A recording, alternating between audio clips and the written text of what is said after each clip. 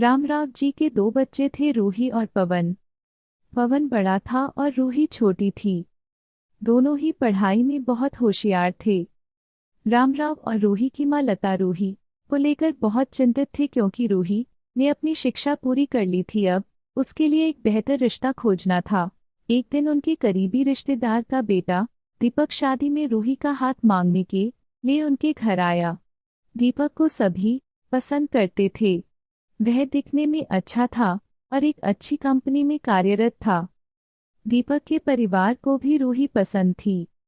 फिर इन सब के बाद शादी की तारीख तय हो गई और पवन के भैया और रामराव शादी की सारी तैयारियां कर रहे थे, क्योंकि शादी नजदीक थी।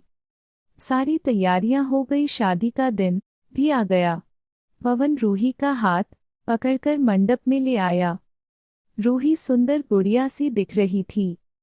सुंदर नाक, आंखें, रंग गोरा, लंबी लंबी चोटी। रूही देखने में बेहद खूबसूरत थी।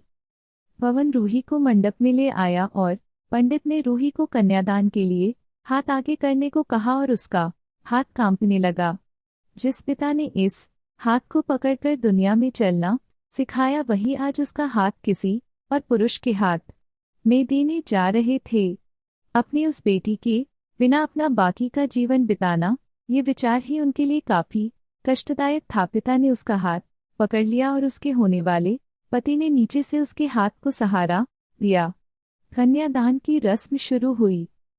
हाथों से पानी की एक एक बूंद गिरने के साथ पिता की आंखों से भी बूंद बूंद आंसू गिर रहे थे। अपने कलेजे का टुकड़ा दान करते समय क्या अवस्था होती है, तब वह रामराव ने जाना। वह रस्म खत्म हुई। पंडित जी ने लता और रामराव के हाथ में दियों से भरा पर्दा दिया। उनके सामने बेटी और उसका पूरा ससुराल परिवार बैठाया और पंडित जी ने कहा, आज से आपकी बेटी उनकी हो गई।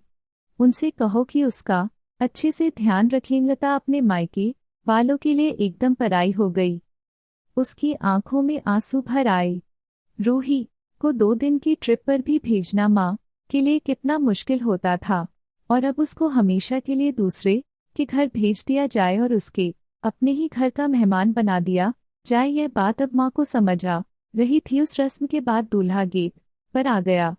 पंडित जी ने आवाज दी, लड़की के मामा लड़की को लेकर आओ। उस मामा का हाथ पकड़कर वह उस अंतरपाट पर जा रही थी।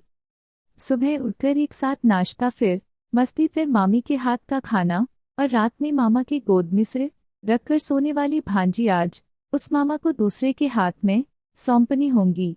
यह सोचकर उसने अपने हाथ कस लिया और मंगलाष्टक प्रारंभ हो गए। भाई दूज के दिन बिना कुछ मांगे मिलने वाला गिफ्ट, एक साथ फोड़े हुए पटाखे, टीवी कौन देखेगा इस पर झगड़ा और दादाजी गुजर जाने के बाद उन दोनों का गले लगकर रोना। दोनों भाई बहन आज एक दूसरे को देख रहे थे। उतनी ही देर में मंगलाष्टक समाप्त हो गए। फोटो के लिए उसकी सहेलियां आई। एक ने उसका हाथ पकड़ा, दूसरी ने उसका पल्लू अटका हुआ निकाला, तीसरी ने उसके आंसू पोंछे।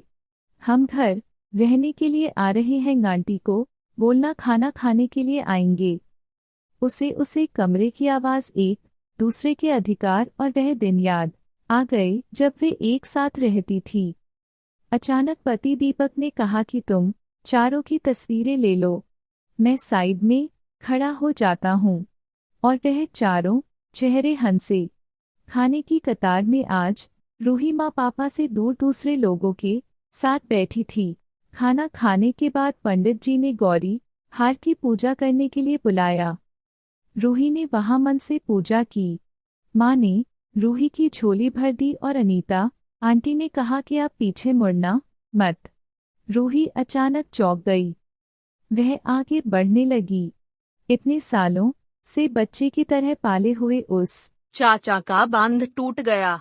स्कूल से घर वापस आने में देर हो जाने पर अस्वस्थ होने वाले वह चाचा जी, जन्मदिन पर 5 से 6 फ्रॉक उसके आगे लाकर रखने वाले चाचा जी, मैं नहीं आने वाली आज घर में, चाची के पास रहूंगी कहकर रोने वाली वह आज हमेशा के लिए दूर। यह रूही के दूसरे माँ पापा के रूप में चाचा चाची को भी यह बात सहन नहीं हो रही थी। उसकी पहचान आज बदल चुकी थी। हाथों की वह हरी चूड़ियां, पाँव में बिछिया और गले में मंगलसूत्र नए जीवन की राह दिखा रहे थे। सास का हाथ पकड़कर रूही उस फूलों से सजी गाड़ी में दीपक के साथ बैठी। उस गाड़ी में खुशी थी और उस गाड़ी के बाहर खड़े सभी लोग आंखों में आंसू लिए उसे अलविदा कर रहे थे। रूही बोली, मम्मी पापा आती हूँ मैं। बहुत मुश्किल होता है अपना कलेजा, अपना दिल अपने ही हाथों से बाहर निकालकर पराए हाथों में सौंपना, और वह अपने कलेजे को, अपने दिल को खुद के दिल से लगाकर रखेगा। फिर भी हर माता पिता इस मुश्किल काम का सपना देखते हैं। लड़की के जन्म के बाद से ही